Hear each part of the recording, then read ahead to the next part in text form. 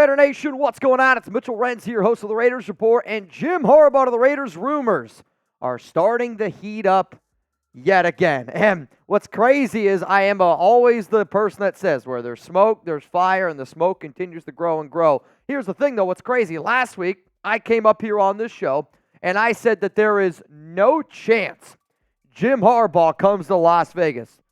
After what has happened over the weekend, I'm telling y'all right now, that door is definitely open again for Harbaugh to come to the silver and black. And coming up here on today's show, I'm going to tell you exactly what I'm talking about because, oh boy, I'm actually surprised that fire alarms aren't going off with all this smoke. If you want constant coverage of the Las Vegas Raiders all year long, every single day, I'm going to make a pledge to you. For the next 366 days of 2024, there will be a video on this channel every single day. It's going to be 100% free. But to make sure that you never miss anything, because this is going to be the most insane offseason that I have ever covered for the Raiders. I don't want you to miss it. A lot of stuff. Hit that subscribe button. So let's first talk about this timeline. And I'm going to go to my first time I put on the show here, December 19th, about Harbaugh, Raiders, Mark Davis. And you go back to December 19th, I talked about on the show that Mark Davis is, according to a source close to me, having backdoor communications with Harbaugh and that Davis is going to have a contract ready after the college football playoff. So we know somebody very close to Harbaugh. We reported probably 2 weeks ago that Harbaugh had a Michigan agent, an NFL agent, and then just kind of a lawyer to dot the I's, cross the T's, doing a lot of different stuff here with this situation. Everybody that is a loyal fan of the Raiders knows that Mark Davis is great friends, has a great working relationship with Jim Harbaugh, but not only a great relationship, they stay in contact. And a lot of times, friendships come and go, people stay in the loop, but for them to have a constant contact, I do think it's really important. Then December 25th, Michigan doesn't get a deal done. The reason why this is important is because we talked about back on the 19th that Harbaugh essentially set a deadline for Michigan saying, hey, I want a brand new contract extension before Christmas Day. Obviously, that did not happen, but the fact that he was looking for an extension from Michigan by Christmas, we know that he's not going to negotiate until after the season because he doesn't want to, stir the pot here. They got to focus on Washington. They got to focus on trying to win a national championship. But Harbaugh himself and his team, they were not happy that a deal did not get done. And because the deal did not get done, back on the 19th of December, we reported here that if that was not going to be the case and that they don't sign the dotted line at Michigan, that basically Harbaugh's team is going to not take Michigan very seriously. Per Ian Rappaport on December 24th, this is right before Christmas Day, he reported that Jim Harbaugh had a 10-year, $125 million deal from Michigan on the table. And the reason why it's that 10-year number, from what I am being told, is because Michigan knew that Mark Davis was ready to go. And they wanted to show Harbaugh that, hey, we can one-up what the Raiders did with 10-year, $100 million guaranteed to John Gruden a few years ago. That's why that 10-year, $125 million number was being thrown out there by Rappaport in terms of Michigan giving that to Mr. Harbaugh. Here's the thing, though, right? A lot of Harbaugh conversations, and then I think it died for one day. Why? The Christmas miracle. The Christmas miracle of the Raiders not being able to score an offensive touchdown against Kansas City, and they come away with a win. I sat up here on this show, and I said, hey, if Antonio Pierce can outcoach Andy Reid, they go into Arrowhead, they can get a dub. As far as I'm concerned, Antonio Pierce deserves to be the next head coach of the Las Vegas Raiders, and I still am going to stick to that. I am a big believer that the correct answer here for the Raiders, because you're still paying Gruden, because you're still paying Ziegler, because you're still paying Josh McDaniels, is to go to a cheaper option at head coach like Antonio Pierce. And instead of just trying to hire the big whale at head coach, because you've tried that twice now, though McDaniels was never going to be good. It was always going to be a disaster. Maybe you go with the guy that the locker room wants, that the players want, that the fan base wants, and instead of trying to just build or find the one great head coach, why don't you try to build a great staff? Because that doesn't seem like a crazy idea at all. But my question to the nation out there is this. I said that Antonio Pierce deserves to be the next head coach of the Raiders. However, as the time that I am making this video, AP is 4-4 as an intern. Jim Harbaugh is still winning football games at Michigan. They're going to play for a national championship. So who's the better head coach? And it's not better head coaches overall, because that answer is Harbaugh. It's who's a better head coach for the Raiders. This is going to be the pinned comment on today's show. Scroll on down and let me know. All right, let's go to the next thing here for the Harbaugh to Las Vegas timeline. On December 28th, it was reported that the Chargers now are also showing a little bit of interest in old Jim here. They reportedly could be willing to offer him up to $15 million a year, which I'm telling you all this right now. That really wouldn't surprise me. He's got a good relationship with San Diego, and when I say San Diego, I mean the city, because Harbaugh coached San Diego, the college football team, before he went to Stanford, and even though the Chargers don't play in San Diego anymore, I still know there's a lot of San Diego fans in San Diego that root for the Chargers, and if the Chargers are going to show interest, well, that could be a team that potentially takes Harbaugh away from the Las Vegas Raiders. The Chargers were a team that I said, all right, there was a chance that he could go to.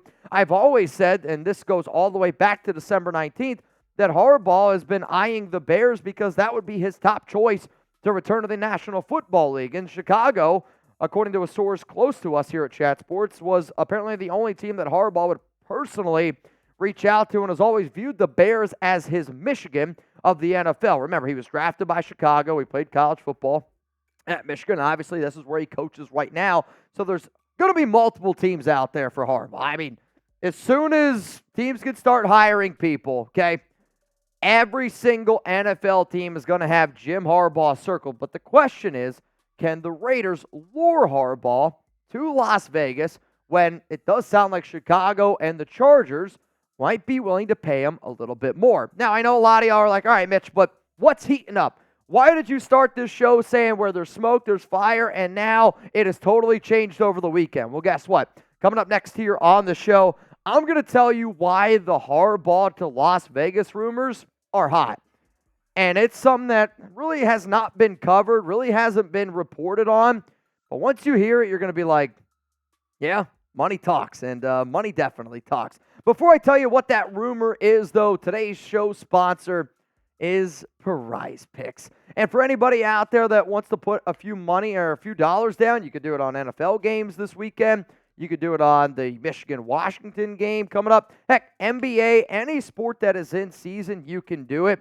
And all you got to do is go to prizepicks.com/CLNS and make sure that you use code CLNS for a first-time deposit match up to $100. And quick withdrawals, easy gameplay, and an enormous selection of players and stat types are what make Prize Picks the #1 daily fantasy sports app out there. If you're wondering, all right, Mitch, what are some of your picks for the week? Well, when I checked Prize Picks today on Tuesday, there wasn't any Raiders-Broncos stats up yet, or I guess predictions, if you will, because Jarrett Stidham, Aiden O'Connell, there's still a few little unknowns. So what I decided to do is I saw a brand new feature on Prize Picks about popular picks.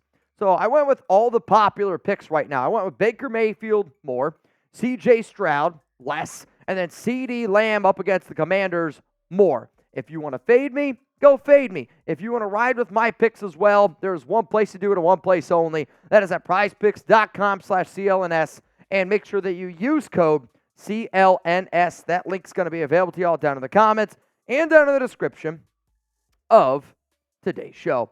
All right, let's go now to the final reason, and this is why that the door is reopened for Harbaugh to come to the Las Vegas Raiders. Harbaugh has hired Tom Brady's agent, and agents make a lot of decisions. We know that, and the fact that Harbaugh has hired, Don Yee to be his agent, it speaks volumes to me in regards to Harbaugh's going to leave Michigan. He's sick of everything going on right now at the NCAA. Win or lose at this national championship game, unless Michigan throws him, I'm talking boats and boats load of money and all the control he could possibly want. But the fact that he hired Don Yee to represent him tells me that he's going to the NFL.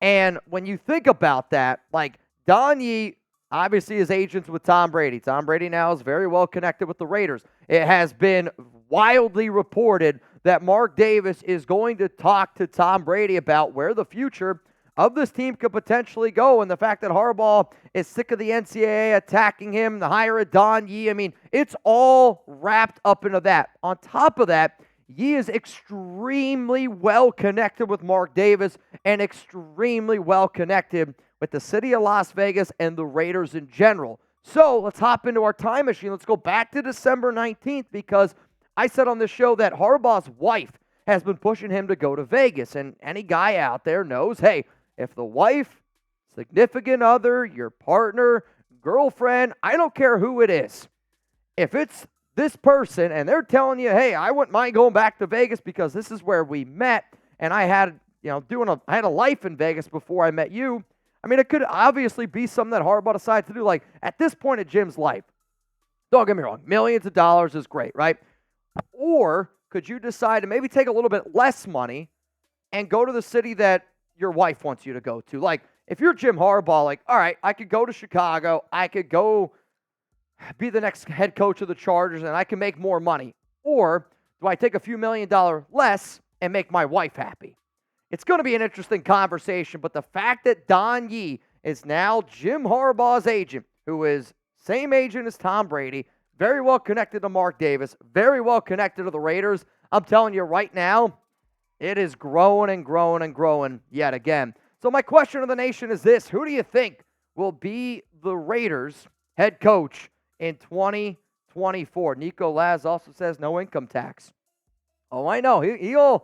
You might not get as much money on your contract, but after taxes, you might still end up making more. Who do you think will be the Raiders head coach in 2024? Obviously, right now, the interim is Antonio Pierce. But I've talked a lot about Jim Harbaugh. And my answer to this question is, to me, there, as it stands right now, 5 candidates, right?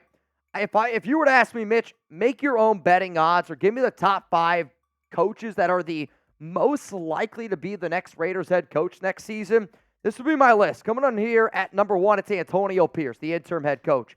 At number 2, it's Jim Harbaugh, which if you watched this show last week, is a big jump getting Harbaugh up here to number 2. At number 3, it's going to be Frank Smith. OC in Miami, has a lot of connections to the Raiders, was also previously with the Raiders back in Oakland. Lou, the defensive coordinator from Cincinnati, and the Raiders, from what I understand, want to be able to find somebody that can take down Kansas City. Lou, the Bengals, they've had some success against Cincinnati. I get, this past week went the way that it did.